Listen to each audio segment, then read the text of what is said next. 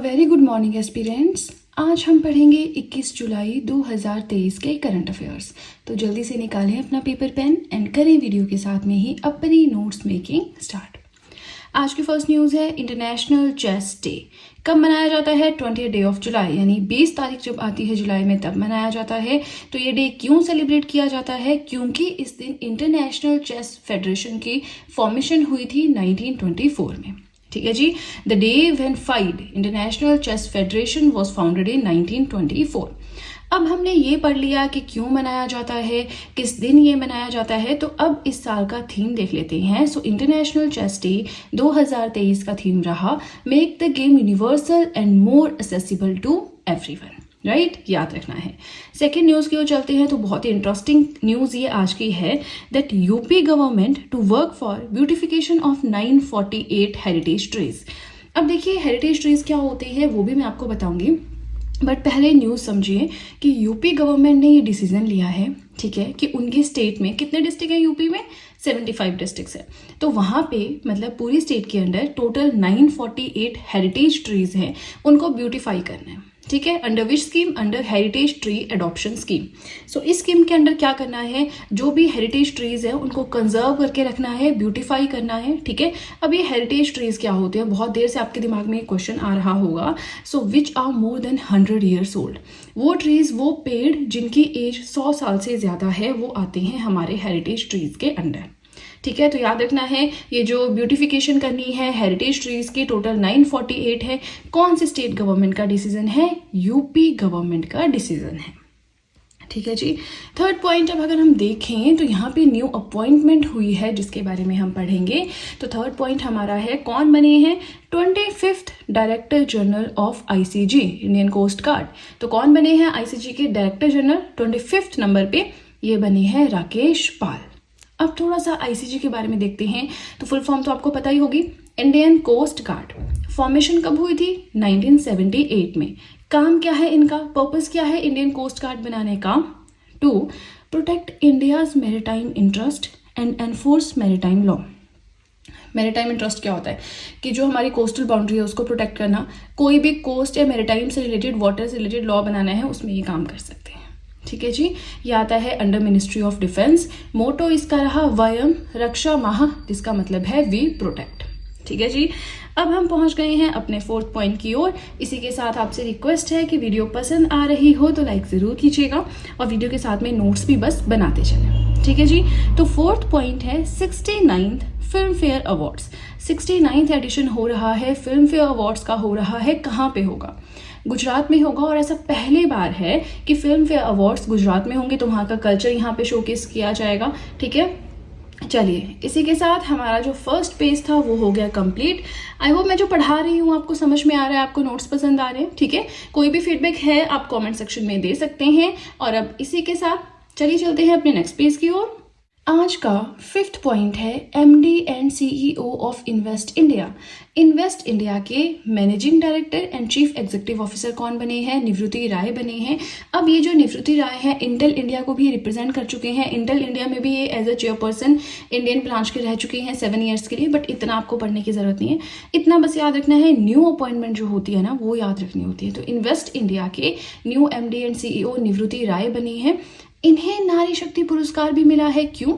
For her contributions to technology. Technology की field में इन्होंने काफी अच्छा काम किया है, तो उसके चलते इन्हें नारी शक्ति पुरस्कार भी दिया गया है। राइट।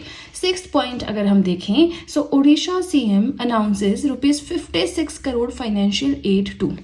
ओडिशा के जो चीफ मिनिस्टर हैं कौन है अभी हम पढ़ेंगे। ठीक है, तो उन्होंने अनाउंस किया है कि 56 करोड़ की फाइनेंशियल एड मतलब आर्थिक फॉर्म में सहायता प्रोवाइड करवाई जाएगी तेंदू लीफ वर्कर्स को भी। तेंदू लीफ वर्कर्स के कौन होते हैं? जो तेंदू लीफ से रिलेटेड काम करते हैं। क्या काम करते हैं?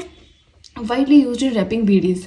बीड़ी समझते हैं, है ना, इंडियन लोकल टोबैको सिस्टम है ना, तो उसको रैप करने के लिए, फोल्ड करने के लिए काम आते हैं जो तेंदू के पत्ते होते हैं। ठीक है, तो इसी के लिए उड़ीसा सीएम ने 56 करोड़ की फाइनेंशियल असिस्टेंस प्रोवाइड करवाई है तेंदू लीफ वर्कर्स को। राइट।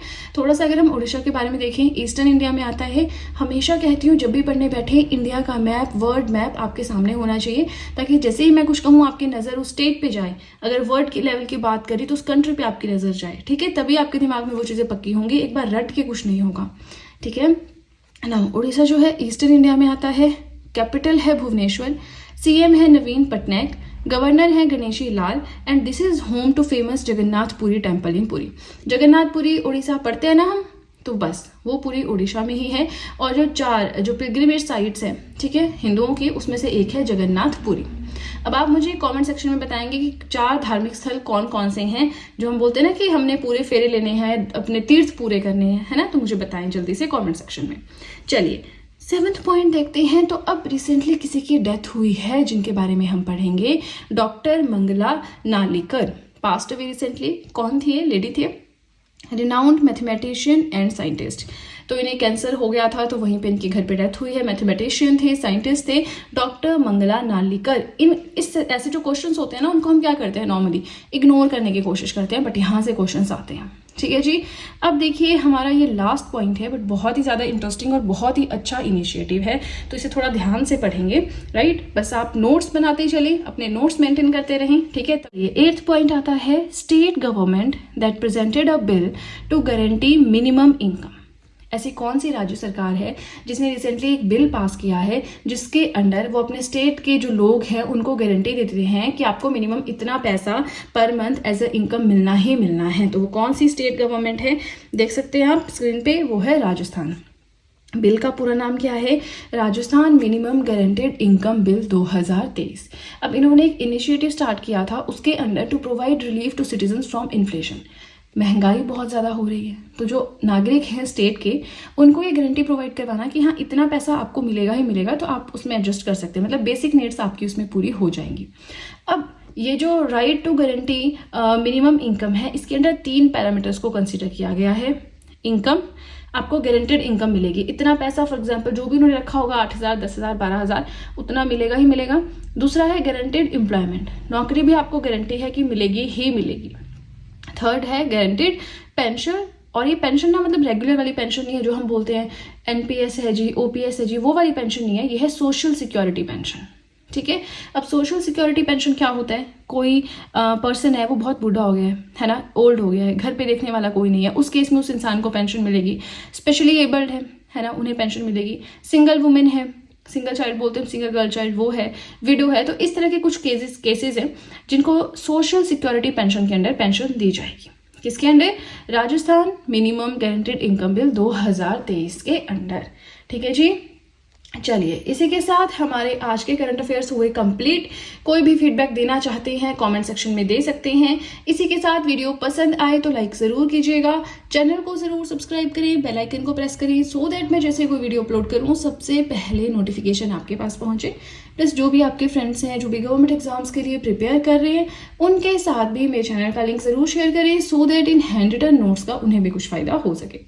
तो चलिए फ्रेंड्स, आज के लिए इतना ही। अब हम मिलेंगे नेक्स्ट वीडियो में। So that's it and see you soon.